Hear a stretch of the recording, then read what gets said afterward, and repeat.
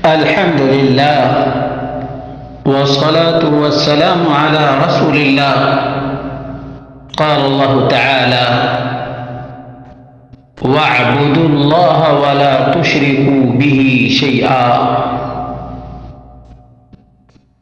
مومنوں، مسلمانوں، خواتین و حضرات، اللہ واحد ہی کی عبادت اور بندگی کرو. اللہ کے ساتھ کسی بھی شجر، حجر، قبر، پتھر، مورتی، بزرگ، آستانہ، مزار کی پوجا نہ کرو.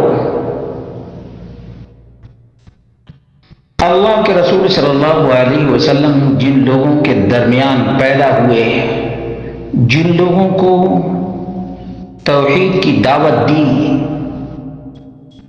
وہ ایسا ہی کیا کرتے تھے. چنانچہ مہدی بن میمون کا بیان ہے، صحیح بخاری 4376. سمعت ابا رجاء العطاردی یقول، مہدی بن میمون کہتے ہیں کہ میں نے ابو رجاء العطاردی کو کہتے ہوئے سنا، کننا نعبد الحجر، ہم لوگ پتھر پوجتے تھے. فَإِذَا وَجَدْنَا حَجَرًا هُوَ أَخْيَرُ مِنْهُ أَلْقَيْنَاهُ، جیسے ہی ہم دوسرا اس سے اچھا پتھر دیکھتے، پہلے پتھر بابا کو پھینک دیتے اور اچھے پتھر بابا کو لے لیتے. وَأَخَذْنَا الْآخَرَ، آج بھی ہو رہا ہے نا. ابھی جس طرح سے ٹیکنیک استعمال کی جا رہی ہے، پتھروں کو تراشنے میں، نقاشی کرنے میں، اس طرح سے معبود بھی بدلتے رہتے ہیں. ایسے ہی کفار مکہ، مشرکین مکہ کے معبود بھی بدلتے رہتے تھے. آج دیکھو، مجھے حیدرآباد جانے کا اتفاق ہوا، وہاں اللہ کے فضل و کرم سے اہل توحید بھی بہت ہیں. ایک ہی سفر میں 2 دن کے اندر تقریباً 8 میرے محاضرات ہوئے. لیکن گلیوں سے حیدرآباد والے برا نہ سمجھیں، اہل توحید تو خیر نفرت کرتے ہی ہیں. بابا کے ڈھیر سے غوث کا ڈھیر بنا ہوا نظر آتا ہے. خاص طور سے حیدرآباد میں غوث کا ڈھیر جگہ جگہ نظر آتا ہے. آئیے دیکھتے ہیں یہ ڈھیر کی پوجا بھی زمانے قدیم سے ہو رہی ہے. وَأَخَذْنَا الْآخَرَ،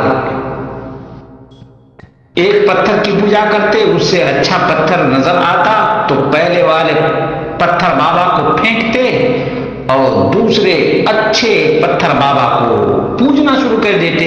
کُنَّا نَعْبُدُ الْحَجَرَ، جب پتھر ہی کی پوجنا کرنا ہے تو اچھے پتھر کی پوجا کریں. معیار کیسا تھا ذرا دیکھیں. فَإِذَا لَمْ نَجِدْ حَجَرًا جَمَعْنَا جُزْوَةً مِّن تُرَابٍ، جب ہمیں کوئی ایسی جگہ ہوتی جہاں پتھر بابا نہیں ملتا تو ہم مٹی کو جمع کر لیتے. مٹی کو کیا کر لیتے؟ ڈھیر بنا لیتے. ثُمَّ جِئْنَا بِالشَّاةِ، بکری لے کر کے آتے. فَحَلَبْنَاهُ عَلَيْهِ، تو بکری کا دودھ اس ڈھیر پہ ڈوب لیتے. ثم طفنا به، پھر اس ڈھیر کا طواف کرنا شروع کر دیتے. لا حول ولا قوت الا باللہ، جتنے ڈھیر اتنے بابا، اتنے معبود، جتنے کنکر اتنے شنکر، جتنے پتھر اتنے بابا.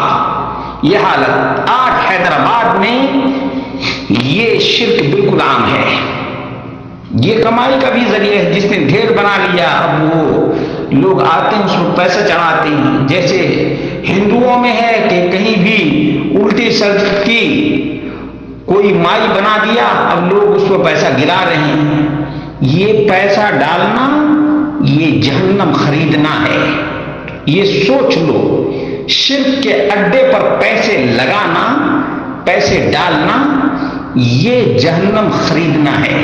جہنم خریدنا ہے. خواتین و حضرات، نوٹ کر لو، یہ بات نوٹ کر لو. اور میں ادھر ادھر قصے کہانی کا قائل نہیں، یہ صحیح بخاری میں 4376 نمبر کی روایت ہے، مہدی بن میمون بیان کرتے ہیں، مسلمانوں ڈھیر پوجا سے، پتھر پوجا سے، قبر پوجا سے، شجر پوجا سے اپنے دامن کو بچاؤ، اپنے دل میں توحید کی غیرت پیدا کرو، توحید کی غیرت۔